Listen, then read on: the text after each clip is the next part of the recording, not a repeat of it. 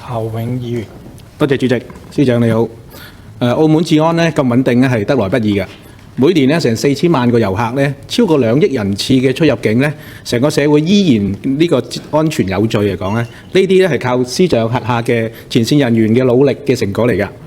今年2次嘅10號波，前線嘅消防啊、警員啊、海關啊等等咧，個個都拍住上嘅，唔怕死，亦都唔怕捱，日守夜守，保住澳門人嘅生命同埋財產，真係當之無愧嘅人民英雄啊！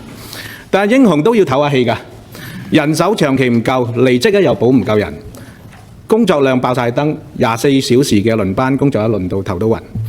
津貼問題咧，仲要話慢慢咁樣傾下。咁樣咧，我有幾個短期嘅措施建議俾司長考慮嘅。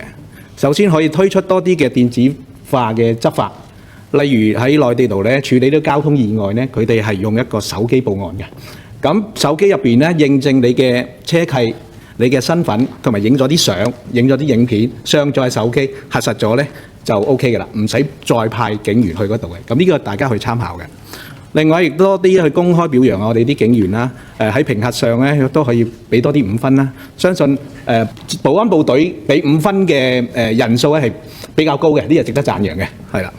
咁佢哋付出咗係應有嘅回報嚟㗎。另外一個就可以增加佢哋福利啦，例如俾多啲資源喺警察福利會啊，搞多啲活動，組織下參加啲體育比賽，以前都有組織警員去參加龍舟賽啊、足球賽啊，咁近呢2年嚟講就少咗嘅。咁希望新嘅司長可以考慮呢個問題。